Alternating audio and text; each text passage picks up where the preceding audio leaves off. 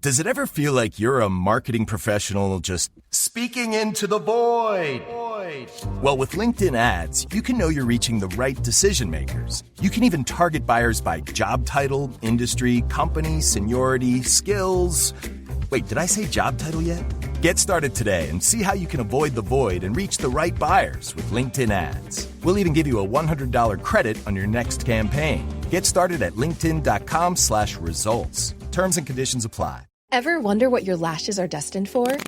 The cards have spoken. Maybelline New York Mascara does it all. Whether you crave fully fan lashes with Lash Sensational, big, bold volume from the Colossal, a dramatic lift with Falsies Lash Lift, or natural-looking volume from Great Lash, your perfect lash future awaits. Manifest your best mascara today. Shop Maybelline New York and discover your lash destiny. Shop now at Walmart. What makes a great pair of glasses? At Warby Parker, it's all the invisible extras without the extra cost.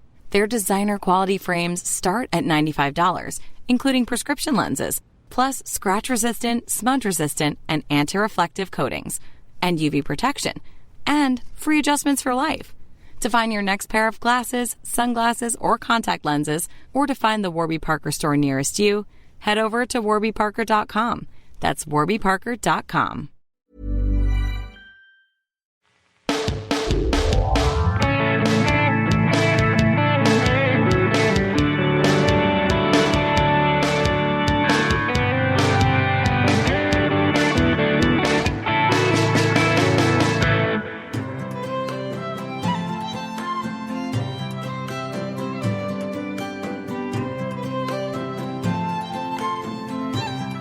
Hi, I'm Christy Schreiber, and we're here to discuss books that have changed the world and have changed us. And I'm Gary Schreiber, and this is the How to Love Lit podcast.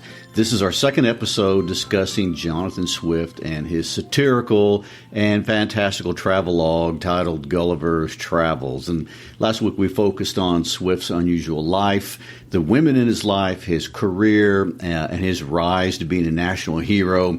We introduced Lemuel Gulliver, the narrator of Gulliver's Travels. In all four voyages, Gulliver's a seaman with the nautical jargon to go along with it. This episode in Voyage 1, he comes to us as a ship surgeon, which is unique to Voyage 1. We believe Gulliver's account not because of the reasonableness of his tale, because the story is ridiculous beyond reason. Yes, it is. But because he tells us with such academic accuracy, I mean, he overwhelms us with useless details. He incorporates nautical jargon. The subtext is that if he knows all these words and speaks graphically, incorporating all these details, of course this must be true. And we also believe him because he's an eyewitness. And this is a very important idea in this book. Should we trust what Gulliver sees? He speaks so plainly and so openly, even including details about his bowel movements. Of all yes. Things. He's an honest guy, probably too much honesty. But anyway, just reporting the facts, and he believes himself, so why shouldn't we? I mean, it doesn't matter that it's far-fetched to believe that he's been shipwrecked on a land where the tallest inhabitants are 6 inches tall, and he can't help what he saw. He's just the eyewitness. So he is, and Swift begins a satirical attack on man's pettiness and our social ambitions. He mocks how we see the world, how we judge what is important in this world, and he condemns us more and more viciously as we go through the voyages. But Voyage 1, for the most part, it's lighthearted. It's designed to be playful. That might be why it's the one that most people know. But in all the voyages, most vividly in this one, he mocks our ability to inflate our importance. We lose sight of the fact that we're just little specks in this universe. And in the grand scheme of things, we really are of equal value. But we see ourselves as big when we actually are ignorant as we are arrogant. We are small, even the most important of us, but we don't know it. We can't see. In Voyage 1, and actually in Voyage 2 as well, by the way, Swift criticizes English society, specifically the English society of his day. That's his world. When we get to voyage 3 and 4, though, he will focus more on humans at the individual level, the pride inherent in our very nature itself, and it will get harsher and harsher. The last voyage, to be honest, is kind of dark. But we highlighted a quote last week from Swift, and I think, at least for me, all of his work really centers around a few ideas, this being one of them. And it's this idea that pride enables us to deceive ourselves in so many ways. And once we deceive ourselves, we proceed to, with, fine fashion and much diligence, deceive everyone else. We deceive ourselves into thinking we're bigger and more important than we are. We deceive ourselves into thinking we're rational and we make rational decisions when we aren't and we don't. And we deceive ourselves into thinking we're good people when in fact we're not. And his argument works two ways, really, from the outside in, and he criticizes society. Then he criticizes the heart from the inside out as individuals. And what we don't understand when we start Voyage 1, but where we are eventually going to go by the end of the book, is that Gulliver is delusional. And if we take his word, or really his judgment of things, at face value, we too are Gulliver, or gullible ourselves. No. Gulliver's first name is Lemuel. Now that's a biblical name, and it's another name for King Solomon. King Solomon in the Old Testament, in the book of First Kings in the Bible, is the wisest man on planet Earth. So there you go. Lemuel Gulliver is wordplay, and there is a lot of wordplay in this book. We'll try to point out some of the bigger ones as we go along. But in this case, his gullibility, his gullibility. No. That's not going to catch on, by the way. Lies. And even our gullibility lies in our belief that we are so wise. We are reasonable. We're governed by judgment. We make decisions based on the evidence, when in fact we often make poor judgments, irrational ones, about things that we see. And we delusionally and passionately convinced that we are governed by reason. We're on the moral high ground, while all the time blindly competing, sometimes viscerally, in a world that is vying for status and personal gain. So are you talking about today, or are you talking about Jonathan Swift's time? Jonathan Swift's time, of course. Interesting. Well, that does seem a little harsh, and I see why he's called a cynical person. But let's follow his argument. Voyage 1, Gulliver arrives in Lilliput, as we introduced last week. He's discovered, tied up, and then introduced to a society that is very much a parody of British society of the day. And that's, of course, the picture that we have on our icon. It's on our webpage. It's the picture on all the cover of all the children's books. It's the picture in the movies. It's funny and shows us that on one level, at least the superficial level, the story can be enjoyed by children who have no way or even any interest in picking up on the satire or the general allegories embedded in the text. They don't care that he's mocking the English or that he's mocking any of us at all. Well, I'd like to add that we're not going to deep dive into British history, much to everybody's disappointment.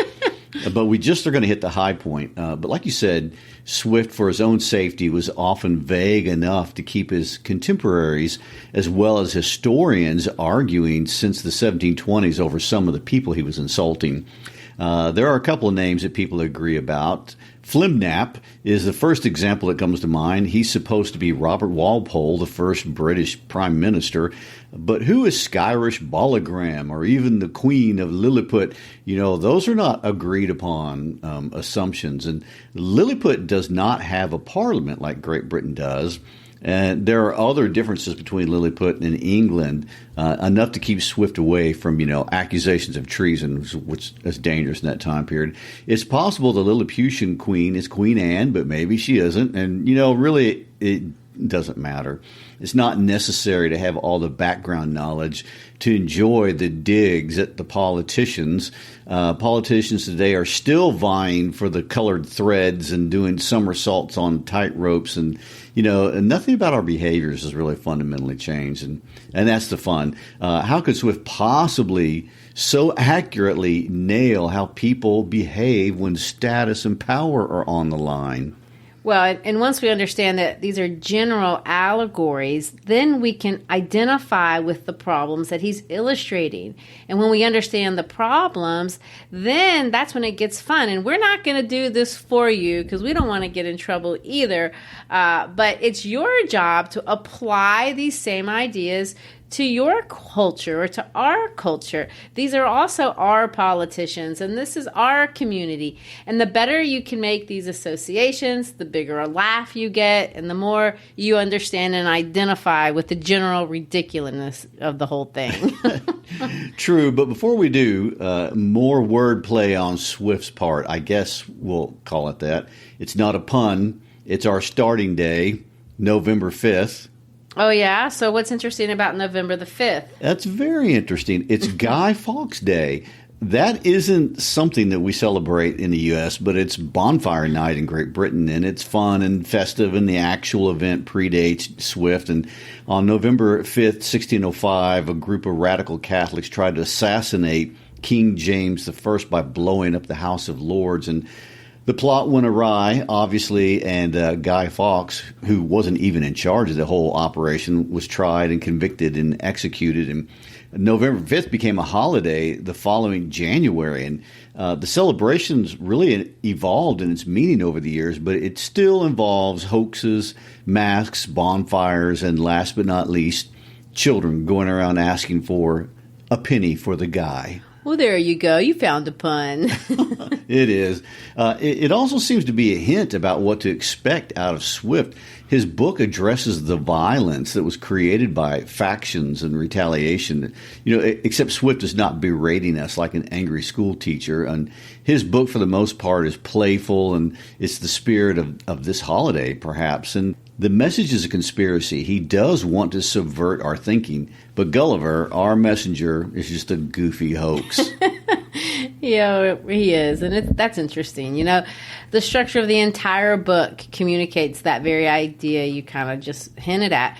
Gulliver goes from land to land. He's going to go from society to society. And Swift is interested in understanding what is the value of our society. He puts Gulliver in different social positions in these very different societies, and he explores the social relationships from these different angles. But today we're going to tackle this first one. Gulliver is large and the people are small. He can see the panoramic view for miles, but he cannot see the minutia, and that needs to be taken both literally and metaphorically. But the reverse is also true. The people can only see the minutia, and they can't see the big picture or the panoramic. What is first obvious is that Gulliver, if he wanted to, could overwhelm this little society almost immediately, but he doesn't want to. In fact, weirdly, what he wants to do is climb the social ladder, and Swift is interested in this. Why are we so compelled to climb that social ladder? And why is social order so problematic? Why are our social hierarchies so intrinsically corrupt to the point that it causes war and death? Why are we so bent upon violence biologically, as Swift often points out in many of his works? Why do all living things, even animals, play at war? Well, let me point out just quickly that there were wars going on in England. Well, honestly, all over Europe for the entirety of Swift's life, and he felt these. That was the essence that he lived in. He fled Ireland for one, but the Glorious Revolution, although called glorious because it was supposedly caused little bloodshed in general, it still caused the deaths of over 20,000 in Ireland, never mind the starvation of many more. And Swift was really morally opposed to war. Oh, that comes out in Voyage 1 later on very explicitly. But even here in the beginning, we can see this. Gulliver doesn't go to war with these people. He doesn't start a fight with them. In chapter 1, Gulliver allows himself to be poked and prodded and eventually carted into town. He never even resists.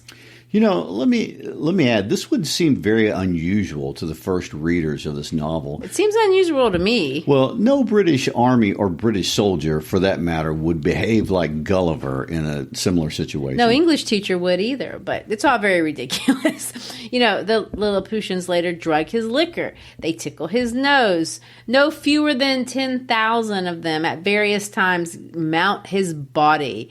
And of course, let's not overlook his bowel movement problem that he's so fond of telling us. How does he handle his poop?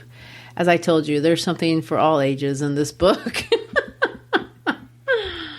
When we meet the king of Lilliput, he's described as being taller by almost the breadth of my nail than any of the court. His features are strong and masculine. He has an Austrian lip and arched nose. His complex motions are graceful and majestic. He's 28 years old. He wears a gold helmet with jewels and a plume, and his voice is shrill and articulate. So are we supposed to understand that this is an accurate description of King George? Well, you know, interesting enough, this is Swift being dangerous. King George was known for being ugly, and he was also in his 60s, and in many ways, the Lilliputian emperor is the opposite of King George. So there you go. Make of that what you will, but it seems to me this is pointing out the ways King George does not measure up instead of describing what he looks like.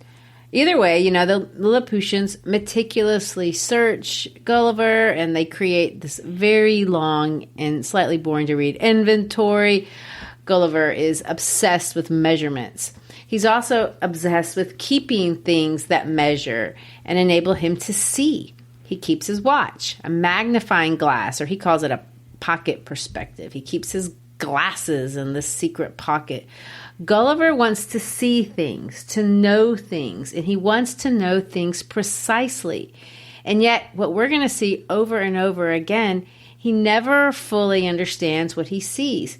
He records things that happen, but as the story goes along, we as readers can understand things that he cannot.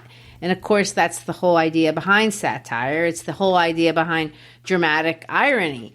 We, as readers or audiences, we see, we know, but the characters in the book do not. Isn't that a Greek thing? Have we discussed that? Yes, it is. Well, you know, chapter 3 begins the obvious political satire. Lilliputian society is ruled by an ambitious emperor who calls himself... I'd like to hear you say that. Speak your Lilliputian. Okay. Galbasto Mamarum Evlami Gordio Shefan Mulli Aligi, which translates to most mighty emperor of Lilliput, delight and terror of the universe, whose dominions extend 5,000 blustrigs, about 20 miles, okay, to the extremities of the globe, monarch of all monarchs, taller than the sons of men, whose feet press down to the center, and whose head strikes against the sun, at whose nod the princes of the earth shake their knees, pleasant as the spring, comfortable as the summer, fruitful as autumn, dreadful as winter. That's quite a title. Can I go by that title? Oh, no, not if you want anybody to talk to you. You know, this is, of course, utterly ridiculous. The reader knows that these are the smallest people on the globe. No one outside of Lilliput really shakes their knees in his presence, and we know he's a little guy, but this is not what the Lilliputians think, and they can't even conceive of anyone being greater. They think their little group is the delight and terror of the universe. So we are to think that Lilliputians are the most pretentious and the most arrogant people conceivable, and especially in light of their true essence. But they can't see outside of themselves, so they truly believe this about themselves and about their king. And, you know, of course, this is Swift satirizing how a small island country like Britain sees itself globally, but it's meant to be, you know, kind of extrapolated out. True, and it's so much broader than a country feeling powerful. I mean, I've experienced this exact phenomena many times in many different settings, as I can imagine anyone who's moved into a new town or to a new school or to a new workplace environment. We've all shown up and realized that we were in Lilliput. I mean, the people there, especially people that had never been outside of that particular setting, think of their little space as the center of the universe, the delight and the terror of the universe, to be exact. And newcomers will be shunned or snubbed, just like they've just walked into Buckingham Palace wearing nothing but bare feet.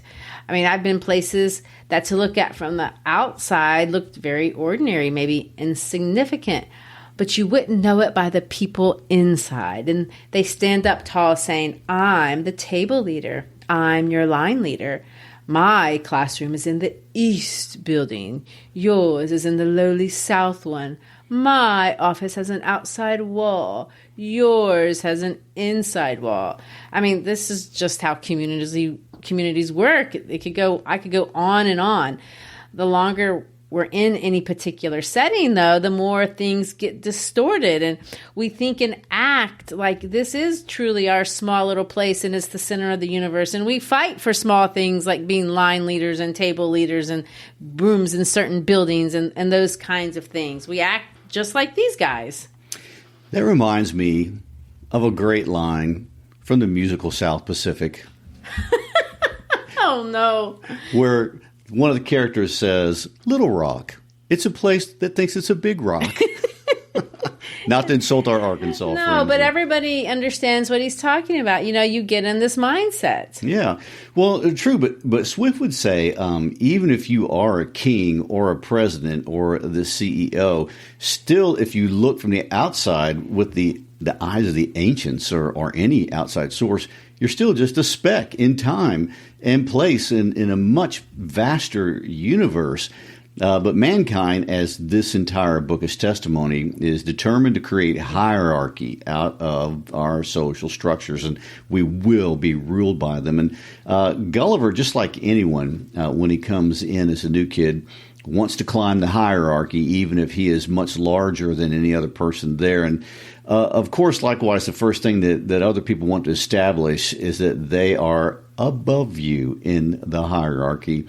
This is so deeply embedded in our evolutionary construct, it just pretty much can't be avoided. And the problem, as Swift points out, is not that we have hierarchies. I mean, we all agree that we need to have order in our world. And the problem is that the way these hierarchies are created are so easily corrupted. They always are glaringly unfair to any outside observer.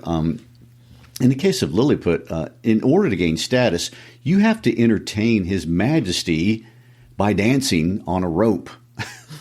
Upper mobility is established with a dance on a rope, and whoever jumps the highest without falling succeeds in the office. I mean, huge disconnect between merit and that kind of stuff.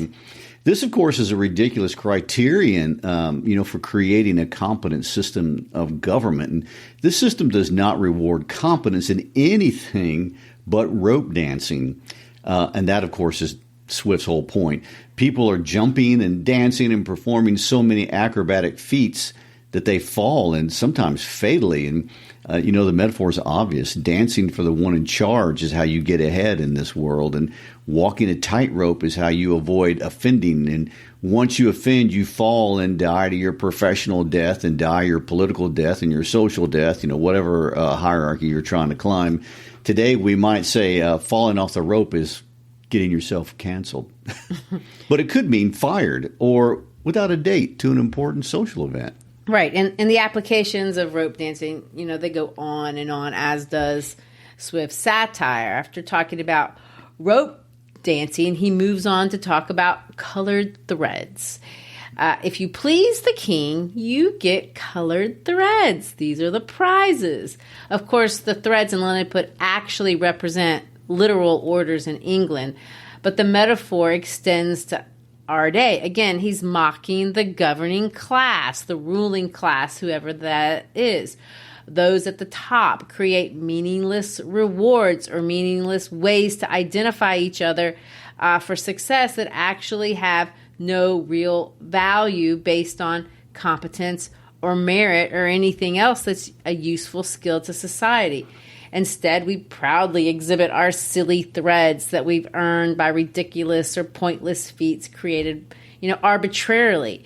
And if you subject yourself to these acrobatics, no matter how stupid, you will receive your rewards. You'll win your colored threads. And now you can parade around with visible signs demonstrating, maybe if it's just a fancier car with a nice label on the back, that you have moved up that social hierarchy.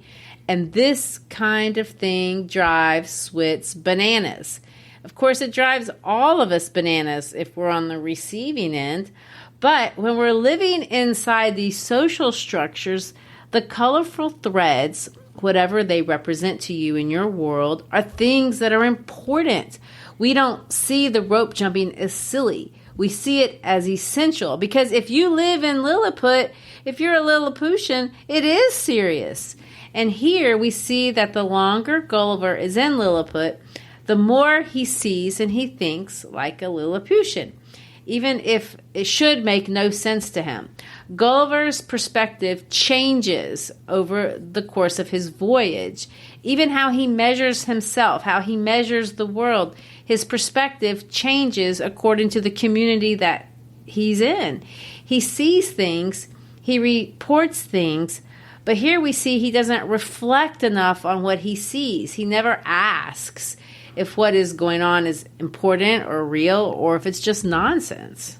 Well, as Chapter 3 makes leadership structures look petty, Chapter 4 does the same thing with political structures, including, but not only including, the American political system that we're familiar with here.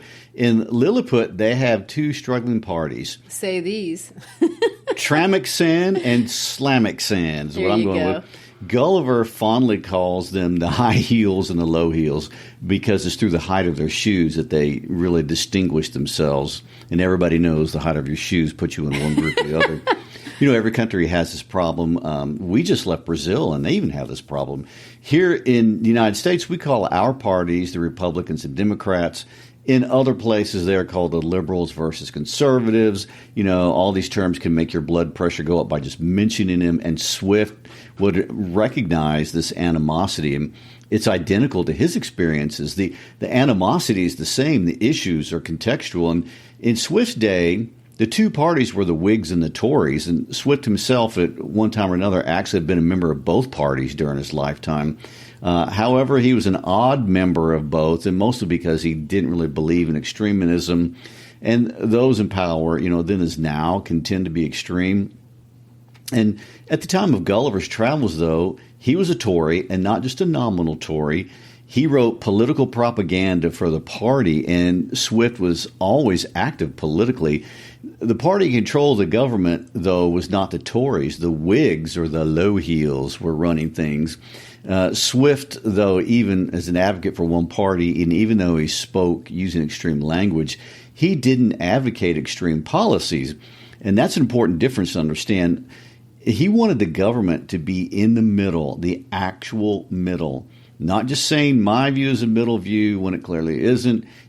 Swift, if we look at how he behaved, switching parties, among other things, did a fair amount of rope dancing all of his life. Yeah, he with did. Mixed success, and I don't know how many threads he got out of it.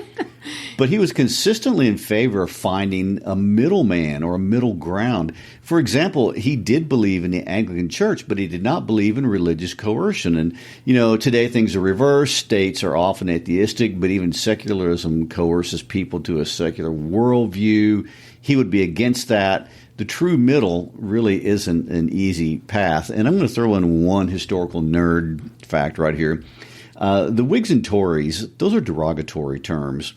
Whig, by the way, each political party named the other with an insulting name. So Whig has an association with horse thieves and Presbyterians in Scotland.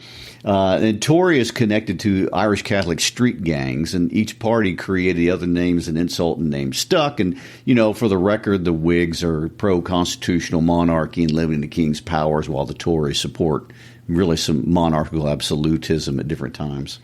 Right, but those, again, are the extreme positions. And to me, this is all very interesting because although Swift's language, he says crazy things, and you can say these are extreme things to say, it's an extreme critique of people who are extreme and who talk in extremes. In Lilliput, everything everyone says is so obviously extreme, and yet there's so little. That's what's funny. Exactly. In the real world, we don't notice how extreme we can be. I mean, to us, we seem reasonable and moderate. Swift very much believed in that idea of the golden mean, and mean spelled M-E-A-N, meaning the middle. He believed that golden middle was the reasonable position, but that's near impossible because social hierarchies really reward extreme behaviors and extreme speech, and we tend to view the world that way. And I'm reasonable and you're extreme. It's the other way around, darling. Oh, but no, we've had that discussion many times. We've clearly established. This problem even predates social media, if you can believe it. And the Americans didn't invent it. It's been around for a while. The emotional intensity between the high heels and the low heels really very much parallels what we experience in global politics today. Whether it's American, British, or Brazilian, or otherwise. The name calling, the loaded language, the hyperbolic threats, that life as we know it, it's all very similar. The British newspapers of Swift's day were full of cynical slurs that were designed to discredit their opponents, as were American newspapers in the early days of the founding of the country. They were full of misinformation designed to attack competitors. Back then, they charged each other with godlessness and treason, and God forbid someone uncover that you are secretly a Jacobite or a Catholic supporter. And, today this wouldn't scare anyone, but we have our own list of terms or beliefs that politically will get you in trouble. And the Whigs were actually less numerous than the Tories, but what they wanted to do was rig the system so completely that the Tories could never mount a serious bid for power. I mean, does anything sound like something that's happened in different places and times since the 1720s? Well, of course, the animosity in Lilliput was so intense, members of the different political parties would not even talk to each other, depending on the size of their shoes. Let's read how it's described. Lilliputian political parties. As to the first, you are to understand that for 70 moons past, there have been two struggling parties in this emperor under the names of Tragmixon and Slammixon, and from the high heels and the low heels of the shoes by which they distinguish themselves. It is alleged, indeed, that the high heels are most agreeable to our ancient constitution. But, however this be, His Majesty hath determined to make use only of low heels in the administration of the government, and all offices in the gift of the crown, as you cannot but observe, and particularly that His Majesty's imperial heels are lower at least by a drewer than any of his court. Drewer is a measure about the 14th part of an inch. The animosity between these two parties runs so high that they will neither eat nor drink nor talk with each other. We compute the Transmexons or high heels to exceed us in number, but the power is wholly on our side. See, he's identified with one. We apprehend His Imperial Highness, the heir to the crown, to have some tendency toward the high heels. At least we can plainly discover that one of his heels is higher than the other, which gives him a hobble in his gait. Now, in the midst of these intestine disquiets, we are threatened with an invasion from the island of Blefuscu, which is the other great empire of the universe.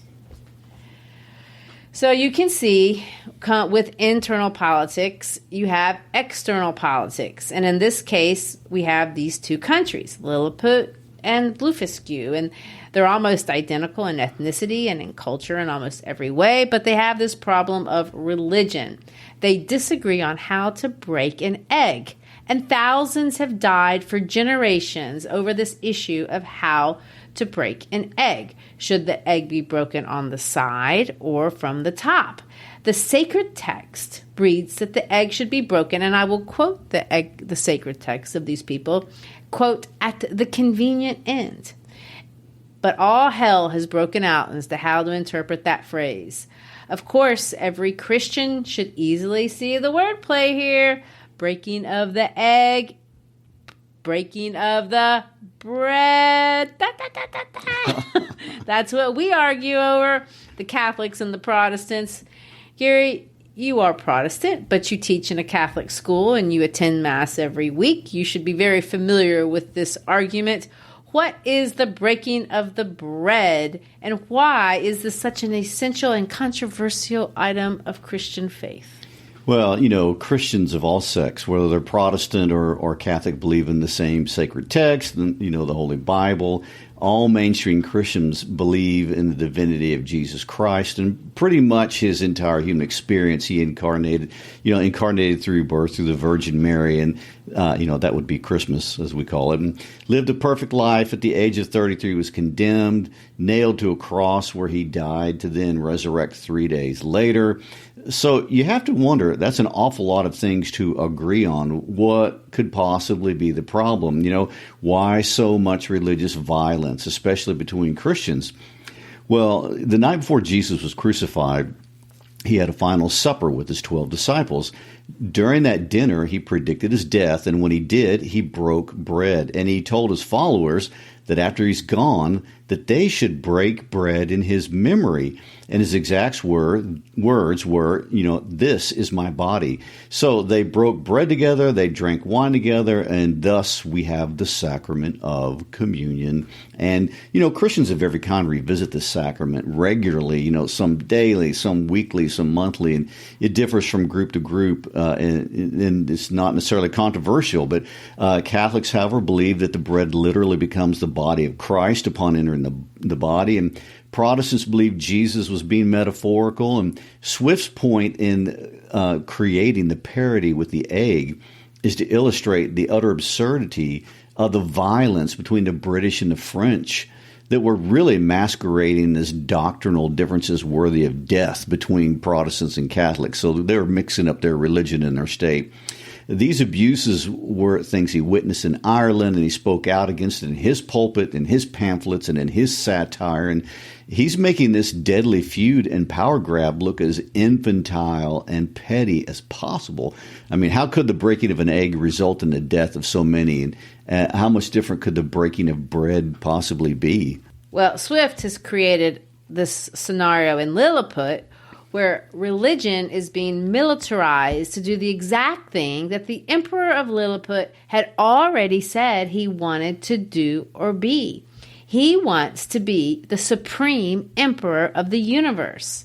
So in their case, they have this religious argument, but it coincides with a political one, which is what happens in the rest of the book, and how, or at least the voyage, and how Swift finishes the first voyage. But before we get to the war, he does go over a bunch of laws that Gulliver does admire from the Lilliputians, and I like a lot of them myself. I think my favorite is this idea that in Lilliput, fraud is a greater crime than theft because, and let me quote Swift, honesty has no fence against superior cunning. That's so true. I agree with that completely. You can lock your door, you can get a security system, and you can protect yourself to some degree from theft. Exactly. And people do that all over the world, build walls, physical ones, but, how can we protect ourselves against lies, and defamation of character? People lie all the time about people they don't like and about people who are in their way, and there is nothing to prevent this. In fact, more often than not, there's no punishment for doing it. So the age of social media has exacerbated this, and because it can be done anonymously in the safety of one's own home. Well, if you're busted in Lilliput in a lie, you're put to death. Ooh, those are high stakes. They don't play. Yeah, I think a law like that might have changed things, in the Johnny Depp Amber Heard trial. Just to throw that out there. Well, it changed a lot of things at Bartlett High School, too. I mean, we have a parade of liars every single day. I also like the idea that Lilliput incentivizes good behavior and good morals. So you get paid if you go so long without getting tickets or committing crimes. And Lilliput character is more important than competence, although I would suggest that character breeds competence, but Swift doesn't go that far. And Lilliput disbelief in God disqualifies someone to work in a public station because the assumption is if you don't believe you're accountable personally to anything greater than yourself, how can we assume you're not going to act in your own best interest or be corrupt? Well, true. And although that's something you would expect a Catholic priest to believe and express, he doesn't make a religious argument to defend the need to believe in God. I mean, he makes a practical one, which is unusual. There are a lot of fun ideas here. Swift makes ingratitude a capital crime. So remember your please and thank yous. And he doesn't believe parents are actually fit to raise children. And his logic for that is that those parents were not thinking about raising children at the time they were conceiving. It's all just kind of funny and clever, you know. Well, true. And at first pass, Lilliput seems like a nice place to be. And Lilliputians, they're competent and they seem reasonable at first. Then we realize they're violent, cruel people. And then we have the war. We see man is brutal towards each other, and this brutality is on full display. Gulliver really is basically a weapon of mass destruction, and the Emperor of Lilliput will employ it. Gulliver holds up a cable, and he can take down all of the enemy ships from Blefuscu, and this thrills the Emperor, who turns immediately and makes Gulliver a Nardac. That's the highest order in the kingdom, and Gulliver now, as a Nardac, has arrived socially. In less than a year, he has moved all the way up that social ladder in Lilliput. He's the top dog. He's made it. Although, let me open up another parenthesis because there's wordplay here. Nardac, that's wordplay, and it's an anagram for the word canard. And canard means a lie. I told you, the Swift wordplay is everywhere, and it's him being goofy. But that's not the main point. The main point is Gulliver is the largest person physically, which is now he's the largest, highest rank socially. He has the highest title. And we, of course, are left to wonder why he finds Lilliputian titles so important. And that's Swift's point. We do. They're a big deal. They're our moment of glory. Well, it is, and he's very happy about his new title for good reason. If we were going to compare his rank with titles in real English society, it would be the same as being made a duke. And he goes on to explain that Flimnap is a clumglum, which would be the same as a marquess in the British peerage structure. And anyone who's watched any British period pieces understands achieving this level of a rank would be very exciting and highly unusual. Well, as a person who's watched many episodes of Bridgerton, and Downton Abbey, I can tell you that when Daphne scores the Duke in plot 1, season 1, that's a very big deal. But in Gulliver's case, the glory, unfortunately, is short-lived, because right after that, the Emperor commands Gulliver, and let me quote Gulliver here. His Majesty desired that I would take some other opportunity of bringing all the rest of the enemy ships into his ports. And so unmeasurable is the ambition of princes that he seemed to think of nothing less than reducing the whole empire of Blefuscu into a province and governing it by a viceroy, by destroying the big Indians' exiles and compelling that people to break the smaller end of their eggs, by which he would remain the sole monarch of the whole world. Gulliver, to his credit, disagrees with this approach, and he responds to the king, and he says this: I plainly protested that I would never be an instrument of bringing a free and brave people into slavery. And, of course, Gulliver learns the hard way what all the rest of us already know. If you say no to the man at the top, you will pay for it. And, you know, unless the leader is exceptional, many leaders, especially weak leaders, when they're told no, they don't take it well and often seek revenge. They won't forgive and they won't forget. And Swift experienced this personally when he offended Queen Anne, and she blocked him forever from becoming a bishop in the church. And he resented that, but honestly, it could have been a whole lot worse. History is full of men and women that have lost their lives for saying no. And Swift, for his entire life, expressed a really dogged commitment to liberty. And he was totally opposed to absolutism in every form. And I'd like to quote him on that. He says, I have lived and by the grace of God will die, an enemy to servitude and slavery of all kinds. He wrote that in a letter dated May 18th, 1727. He hated the arbitrary exercise of power that was inherent in social hierarchy. But as Gulliver finds out when he tells the emperor no, no good deed goes unpunished, not even if you're a Nardac. The open, bold declaration of mine was so opposite to the schemes and politics of His Imperial Majesty that he could never forgive me. He mentioned it in a very artful manner at council, where I was told that some of the wisest appeared, at least by their silence, to be of my opinion, but others, who were my secret enemies, could not forbear some expression which by a side when reflected on me. And from this time began an intrigue between His Majesty and a junta of ministers maliciously bent against me, which broke out in less than 2 months, and had like to have ended in utter destruction. Of so little weight are the greatest services to princes when put into the balance with the refusal to gratify their passions. Well, it doesn't help that help his cause that 2 pages later, after all that, he urinates all over the Queen's apartment. Yeah, that's the peeing section is most students' favorite part of this whole entire book. It's like we feel some sort of catharsis watching someone pee on someone else's house if they're in charge or above us and we don't like them very much. But Garrett, I did want to ask, is there a consensus? Is this a historical allegory? Is this a metaphor for any particular event or person?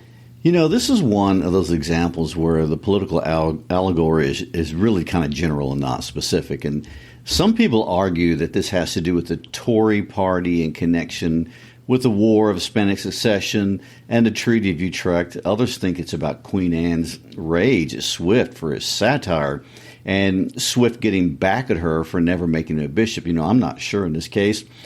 Swift wanted to be obvious or specific. I'm not sure they did. There are instances where the allegory is obvious, but this isn't one of them. And students are right to feel the humor and really not overthink it historically. I like that idea. And I do want to revisit this idea that Gulliver reports what he sees, but he never understands what he sees, and perhaps nor do we. Sometimes we just feel it. Gulliver, the longer he's in Lilliput, gets sucked into the way of life there. And he never finds petty all the things that we find petty in Lilliputian society. And his perspective gets more and more skewed the longer he's there, to the point that in Chapter 6, he gets more upset about being accused of being alone with a woman in an improper way than he does with being accused of treason. And readers know anatomically this is absolutely absurd. But Gulliver has lost complete sight of that. His way of seeing things has changed so radically, the impossibility of that idea never occurs to him. And, of course, this is absolutely what happens to all of us as well. We all get sucked into the social hierarchies in our worlds, and no matter how absurd or petty they are, we absolutely can't help it. Our perspectives get skewed.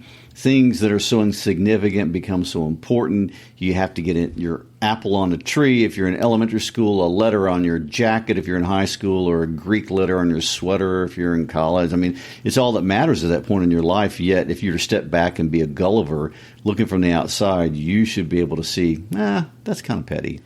Yeah, but it's never really petty, is it? I mean, I remember that feeling in college, literally praying to God that I would be picked to be a Chi Delta. Nothing felt more important to me my freshman year. I absolutely knew that if I didn't have letters, I was never getting a date. Oh, true, and you probably would have, because this was the social system of where you were living. I mean, we can't escape it. We can't even see it. But let's also not overlook how serious a charge treason was in 17th century society. Today, that word is thrown out all the time, and it isn't taken seriously. But we do have our own words that carry that sort of weight, In that culture at that time, there was nothing more serious than an accusation of treason, and Swift's friends were going down fast. I mean, his friend Lord Oxford spent 2 years in the Tower of London over this, and others such as Bolingbroke, another good friend of his and very important politician, he had to flee to France for his life. What did they do? Their main crime was that they were Tories and King George favored the Whigs, but the accusation was they favored the French, which is the worst thing you could do. So you can see how party politics, international wars, and all of it feeds on each other. And the impeachment of Gulliver is very much a satire about the horrible things that were happening to his friends. Well, in Gulliver's case, when he's accused of treason, there are really 4 charges. Putting out the fire in the Queen's palace by urinating, basically doing the right thing, but doing it in an offensive way. Number 2, refusing to annihilate the people of Blefuscu.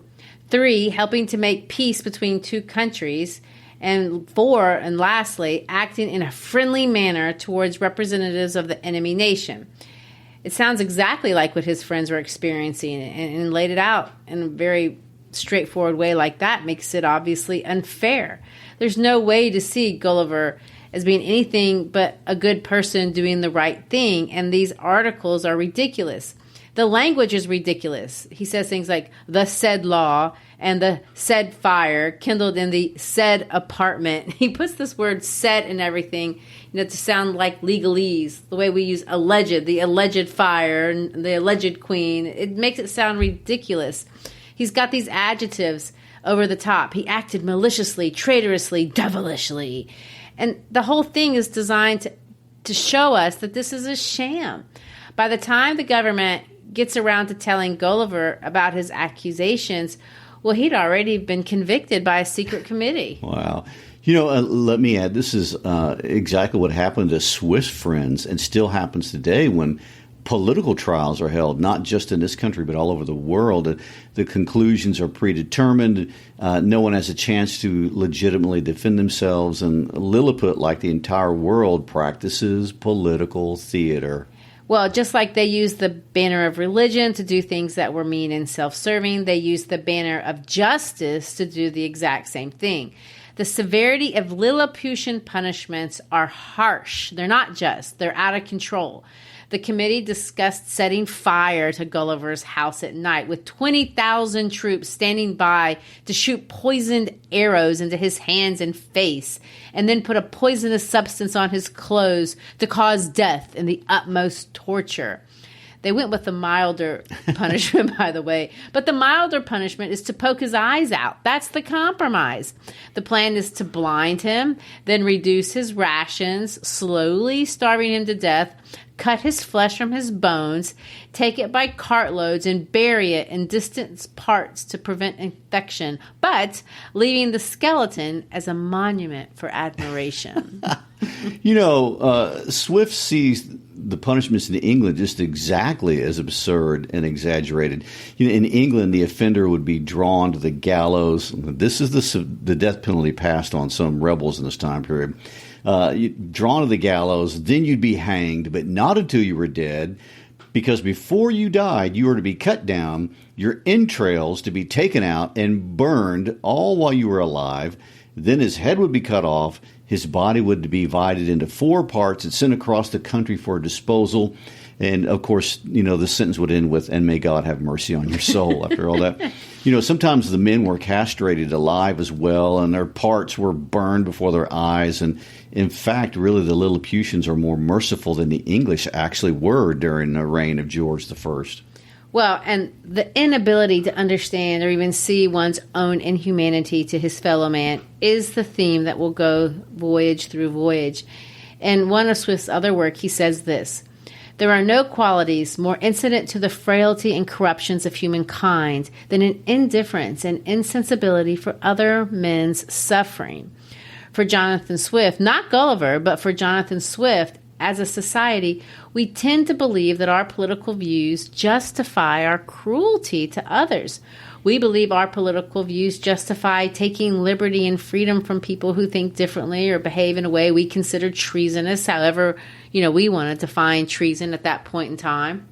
I really do like that quote we talked about the last episode in regard to reason, especially in light of the fact that Swift is a product of the age of reason. And these aren't the exact words, but to paraphrase Swift, he says that once we choose to discard reason, which we as humans invariably do, the first convert to insanity is ourselves, and having converted ourselves, it's easy to convince everyone else of whatever craziness we're espousing. I think that would be great on a T-shirt.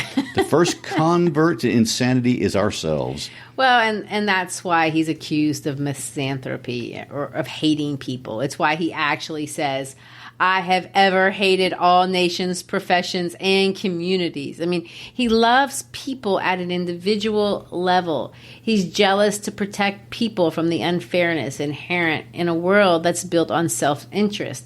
His point in Lilliput is to show us that we are too small to even see our own self-importance. We don't see it. At any and every opportunity, we pit groups of people against each other because this enables us to climb up our social hierarchies, be it politics, religion, or any other criteria. And Swift argues that pettiness prevails, and it goes up to the highest levels, viciously and self-righteously and extremely. By the end of Voyage 1, Gulliver still doesn't understand this. After escaping with his life, he returns to England as unreflective as when he started. He is able to financially leverage his souvenirs from Blefuscu, and he sells his miniature cattle for £600. That's a big chunk of change. Of course, there's nothing wrong with that. That's not the point. There's just no reflection. Gulliver can see no evil. His experiences in Lilliput have not altered his ability to see himself differently or the world differently. He's just simply bragging that he's climbing the social ladder. His descriptions of the condition of his children suggest that they're now well established in that leisurely class. I mean, his daughter's married and she's at her needlework, and his son is provided for with an income from an estate. And against the advice of others, he prepares to head out again on a second voyage to seek an even greater fortune. See that social up climbing? This time, in the next trip, he will reflect a little bit. But as he reflects, will he come to the correct conclusions? Gulliver, although a brilliant linguist, and he would tell you, very talented in so many ways, has trouble with wisdom.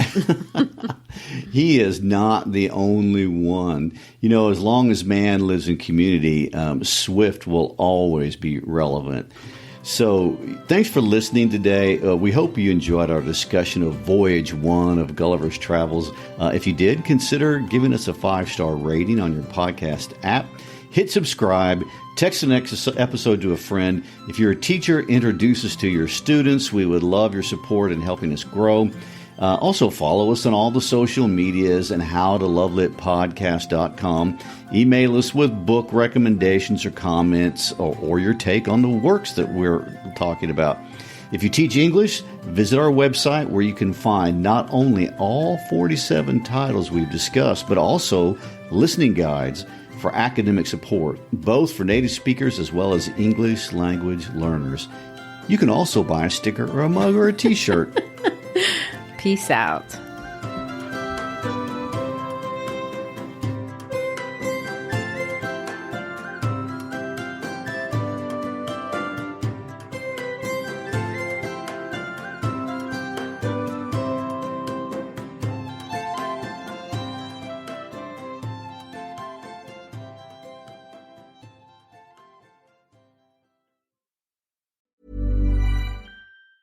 Brought to you by Hoolarious. Stand-up comedy now on Hulu.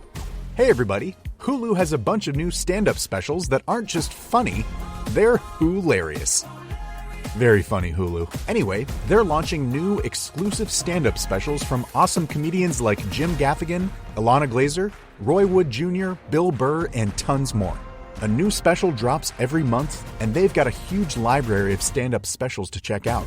Go to Hulu and get your stand-up fix now.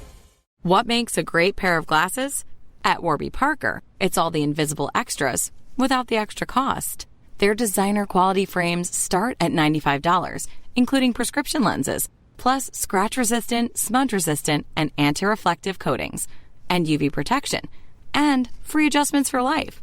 To find your next pair of glasses, sunglasses, or contact lenses, or to find the Warby Parker store nearest you, head over to warbyparker.com. That's warbyparker.com. Ever wonder what your lashes are destined for? The cards have spoken. Maybelline New York Mascara does it all. Whether you crave fully fan lashes with Lash Sensational, big, bold volume from the Colossal, a dramatic lift with Falsies Lash Lift, or natural-looking volume from Great Lash, your perfect lash future awaits. Manifest your best mascara today. Shop Maybelline New York and discover your lash destiny. Shop now at Walmart.